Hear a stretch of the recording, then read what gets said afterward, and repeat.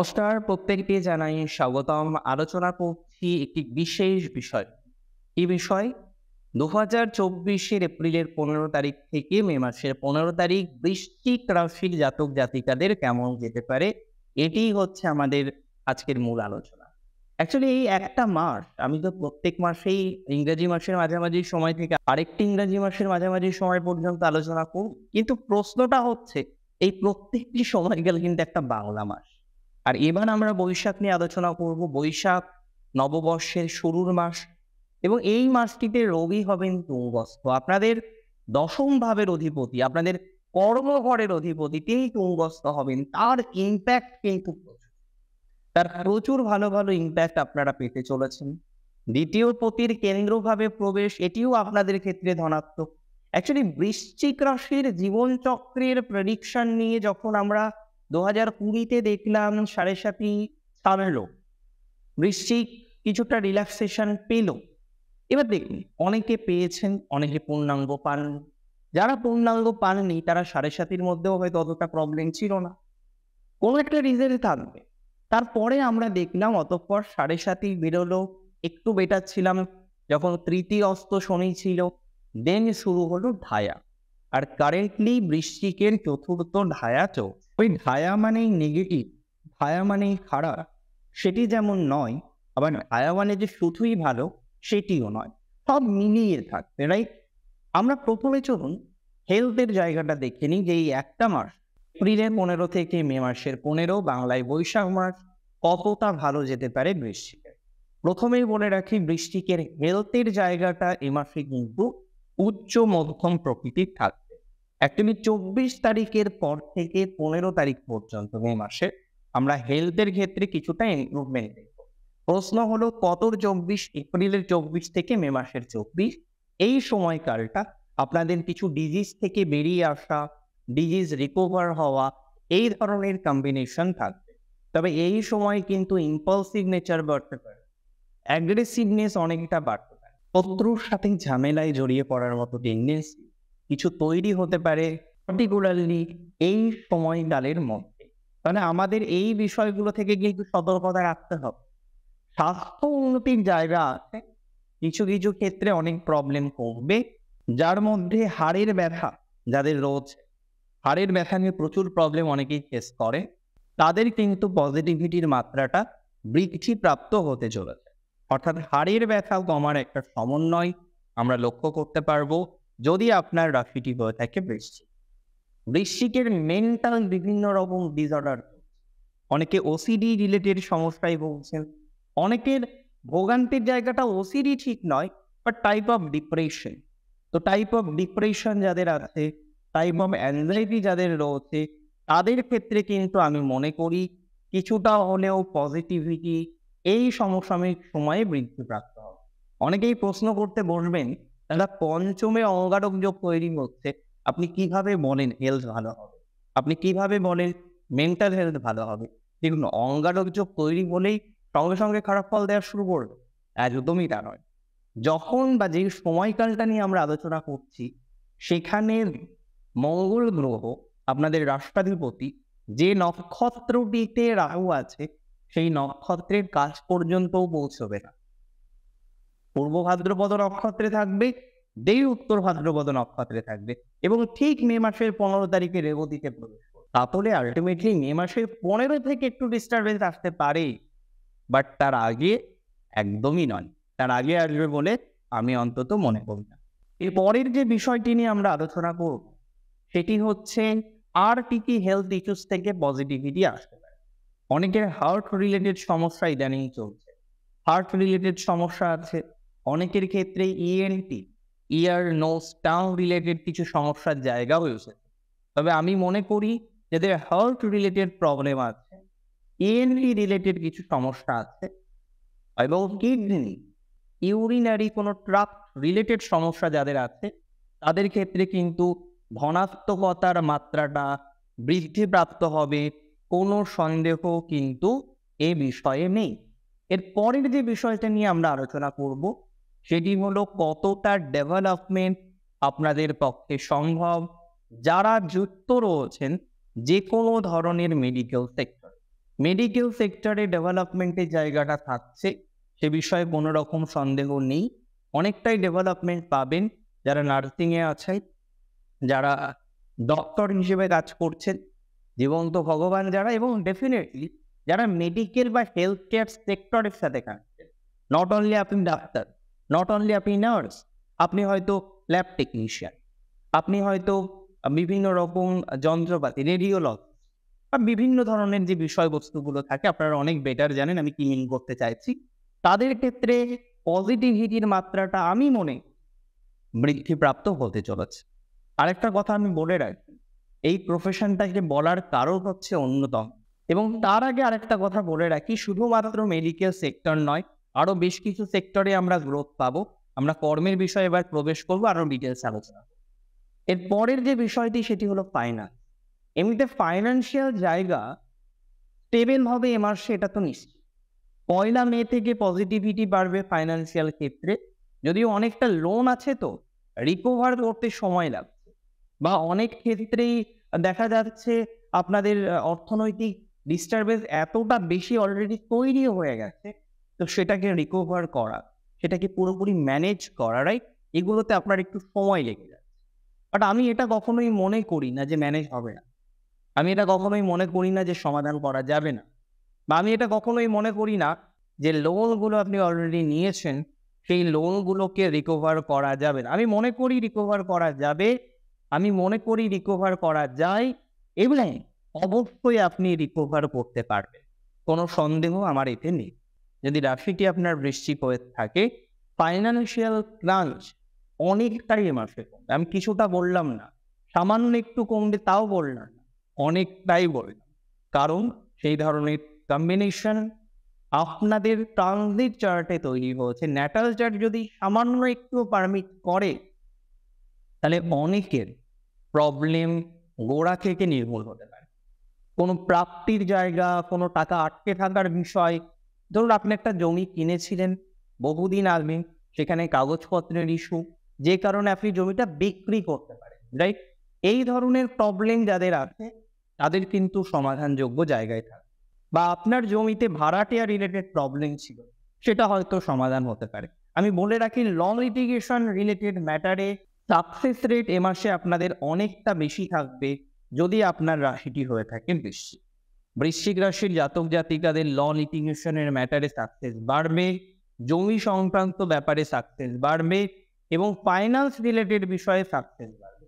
অনেকেরই প্রশ্ন, দাদা কবে থেকে বাড়বে? 24 তারিখ থেকে জমি সংক্রান্ত বিষয়ে সাকসেসটা বাড়বে, মানিটারি বিষয়ে সাকসেসটা বাড়বে 1 মে থেকে, এবং ল লিটিগেশনের ক্ষেত্রেও আমরা 1 মে থেকে টার্গেট রাখবো। কেন্দ্রভাবে যখনই বৃহস্পতি প্রবেশ করবেন, তার 7ম দৃষ্টি যখনই রাশিতে পড়বে না, একটা বেটার কিছুর জন্য ওয়েট করুন। এর পরের যে প্রশ্নটা, সেটা খুব গুরুত্বপূর্ণ একটা প্রশ্ন। বৃশ্চিক রাশির জাতক জাতিকাদের 3 নক্ষত্র নিয়ে আমি কিছু কথা শেষে বলবো, তবে এটুকু বলি, যারা প্রচুর লোনে পড়ে গেছেন, দেনায় ডুবে গেছেন, বা আপনি চিন্তা করছেন আপনার তো লোন আপনি দিতে পারছেন না, প্রত্যেকটা যে কিস্তিগুলো দেন সেগুলো মিস হয়ে যাচ্ছে, এক্ষেত্রে কি আইনি জটিলতা তৈরি হতে পারে? দেখুন, অনেকের ক্ষেত্রে আমি মনে করি কিছু রকম ঝামেলা আসলেও পূর্ণাঙ্গ ঝামেলা বা পূর্ণাঙ্গ নেগেটিভিটি আসবে না। এ বিষয়ে মোটামুটি আপনি নিশ্চিন্তে থাকতে পারেন, এ বিষয়ে মোটামুটি পজিটিভ ফলাফলই আপনি পেতে চলেছেন, বা এক কথায় পজিটিভ ফলাফলই পাবে। What next? কর্মজীবন। বৃশ্চিক রাশির জাতক জাতিকাদের কর্মভাবের অধিপতি হচ্ছেন রবি। তিনি কোথায় যাবেন? তুঙ্গ ঘরে। আর আমরা জানি যে প্ল্যানেট তুঙ্গ হয় সে অনেক বেশি শক্তিশালী হয়। এটা কখনোই মিন করে না সে পজিটিভ। শক্তিশালী হওয়ার পর সে ভালো ফল দেবে না খারাপ ফল দেবে, দ্যাটস ইম্পর্টেন্ট। ষষ্ঠভাবে একটা কর্মঘরের অধিপতি ম্যাক্সিমাম ক্ষেত্রেই ভালো ফল দেয়। তো এক্ষেত্রে আমরা ধরে নিতে পারি কর্মজীবনের এনহান্সমেন্ট বৃশ্চিকের জন্য অপেক্ষা করে রয়েছে। যারা চাকরি পরিবর্তন করতে চাইছেন, চোখ বুঝে ডিসিশন নিন 1 মের পরে। রিজাইনটাও কিন্তু 1 মের পরে দিতে হবে। IT sector, ICT sector, accounts, engineering sector, biomedical, biotechnology, যে কোনো ধরনের সেক্টর পজিটিভ দিকে যাবে। যারা চাকরি করছেন কিন্তু ভাবছেন যে একটু এডুকেশনটাকে আপগ্রেড করা যায়, না, আরেকটু পরে আমরা এডুকেশনাল আপলিফমেন্ট করার কথা ভাববো, বা চাকরি করতে করতে এখনো ভাবতে পারে, নো ইস্যুস। কিন্তু চাকরি ছেড়ে দিয়ে ভাবা, এটা কিন্তু যাবে না। এটাতে কিন্তু অন্য সমস্যা আছে। আমি কখনোই আপনাকে সাজেশন দেব না চাকরি থেকে লেফট করে আপনি কন্টিনিউ করুন এই বিষয়টা। সেটা কিন্তু সমস্যার হতে পারে, সেটা কিন্তু জটিলতার হতে পারে। What next? এরপরে কি আছে? এরপরে যে বিষয়টা নিয়ে আমরা আলোচনা করব বা চর্চা করব, সেটি হলো কতটা এনহান্সমেন্ট হতে পারে যারা নতুন চাকরির চেষ্টা করছেন। অনেকে জিজ্ঞাসা করেন, আপনি কি যারা শুধু চাকরি করেন তাদের কথা বলেন? না, যারা চাকরি করেন না তাদের কথাও। যারা গভর্নমেন্ট রিলেটেড চাকরির চেষ্টা করছেন তাদের কিন্তু এই সময়টা ভালো। যদিও আমি জানি না এই সময় কতগুলো প্যানেল পাবলিশ হতে পারে বা আদতেও হবে কিনা। তো এখানে আমি একটা ইফ অ্যান্ড বাট রেখে দেব। যদি পাবলিশ হয়, সেখানে সিলেকশনের চান্সটা বাড়বে যদি আপনার রাশিটি নিশ্চিতভাবে হয়ে থাকে বৃশ্চিক। বৃশ্চিকের গভর্নমেন্ট জব প্রাপ্তির যোগ আছে। আমি দুটো সেক্টরকে একদম আঁকড়ে ধরে রাখতে বলবো। প্রথমত যারা অ্যাডমিনিস্ট্রেটিভ ডিপার্টমেন্টে যেতে চাইছে, আঁকড়ে ধরে থাকা হবে। এবং দ্বিতীয়ত অ্যাডমিনিস্ট্রেটিভ মানে আমি ডিফেন্স তো এখানে ইনক্লুড করলাম। আর দ্বিতীয় হচ্ছে ব্যাংকিং সেক্টর। এই দুটো বিষয়ে বৃশ্চিক একদম আঁকড়ে ধরে থাকুন, দেখবেন কন্টিনিউ করতে পারবেন বা অ্যাচিভ করতে পারবেন। তেমন সংযোগ কিন্তু তৈরি হবে যদি আপনার রাশিটি হয়ে থাকে নিশ্চিতভাবে বৃশ্চিক রাশি। এর পরের বিষয় হলো বৃশ্চিকের সেলফ প্রফেশন, স্বনিয়ন্ত্রিত পেশা।